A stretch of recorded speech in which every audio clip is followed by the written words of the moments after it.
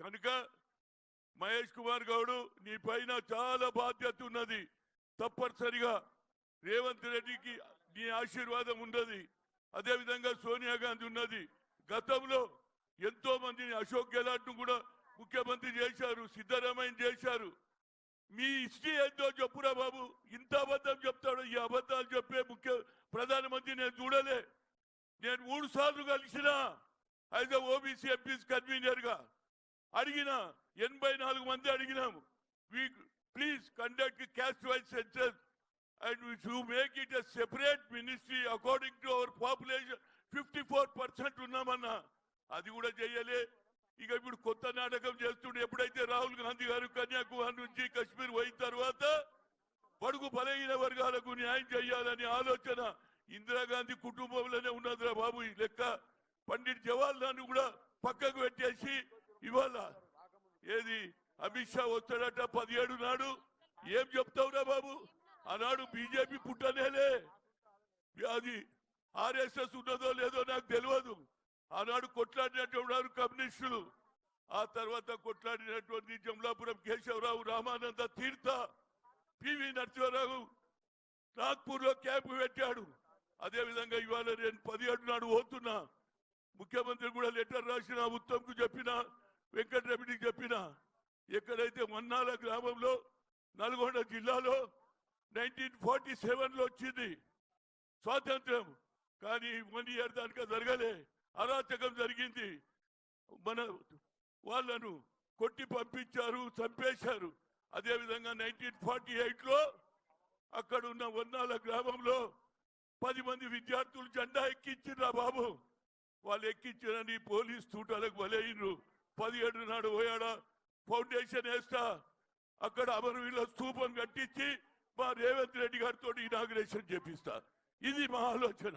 మీరు ఎక్కడున్నారా బాబు? కనుక ఇవాళ సమయం ఆసన్నమైంది. అంచెలంచెలుగా వచ్చినాం. ఎన్ఎస్ఏ నుంచి వచ్చినాం, యూత్ కాంగ్రెస్ కి వచ్చినాం. ఇవాళ నువ్వు పిసిసి ప్రెసిడెంట్. అదేవిధంగా కింది స్థాయిగా ఏ కార్యకర్త 30 ఏళ్ల నుంచి పనిచేస్తున్నాడో వాళ్ళకు సరి అయిన స్థానం ఇవ్వాలి. ఇవాళ కొత్త వాళ్ళకు మేము వ్యతిరేకం కాదు, కానీ పాత వాళ్ళకు కూడా న్యాయం జరగాలి. ఇద్దరిని కలపాలి. ప్రతి జిల్లాలో తగాదాలు ఉన్నాయి. అది నీ పైన గురుతరమైన బాధ్యత ఉంది. మంత్రులు కూడా దయచేసి తప్పనిసరిగా కార్యకర్తలు వస్తే, ఇవాళ ప్రభుత్వం వచ్చిన అందరూ ఆశలు ఉన్నారు. లోకల్ గా ఇబ్బందులు పడుతున్నారు. వారికి ఏదైనా న్యాయమైన కోరిక ఉంటే వారు చేయాలి.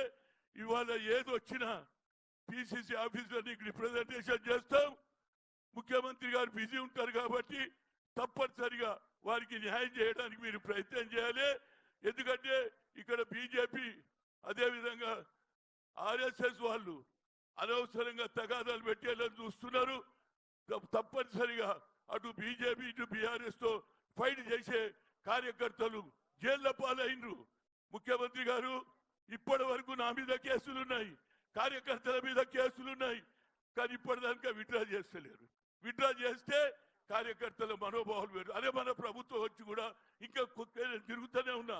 అంబేద్కర్ స్టాచ్యూ ఇవాళ కూడా ఏది గోషాబెల్ స్టేడియంలో పట్టుకున్నది.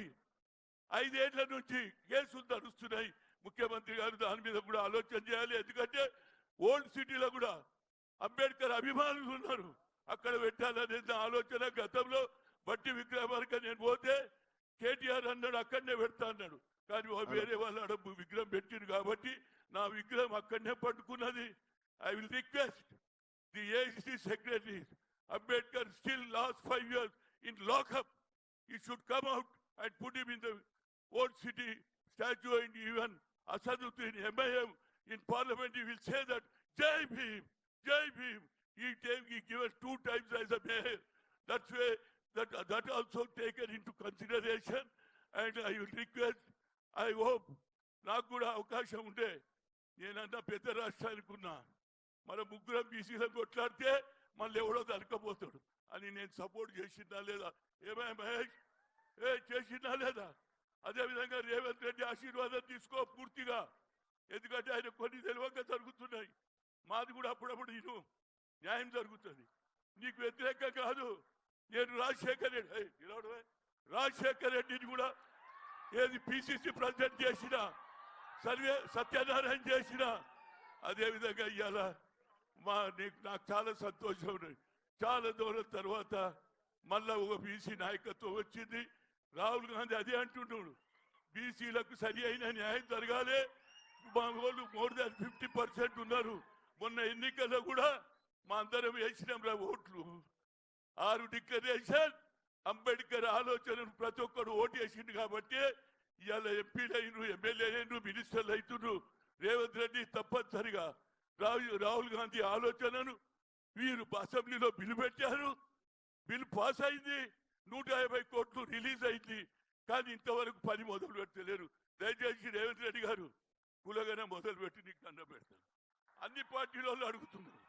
అది చేస్తే రాహుల్ గాంధీ కూడా పార్లమెంట్ లో మాట్లాడే అవకాశం ఉంటుందని కోరుతూ మరొకసారి Mahesh Kumar Goud God bless you, మంచిగా పనిచేసి పేరు తెచ్చుకోమని కోరుతున్నా.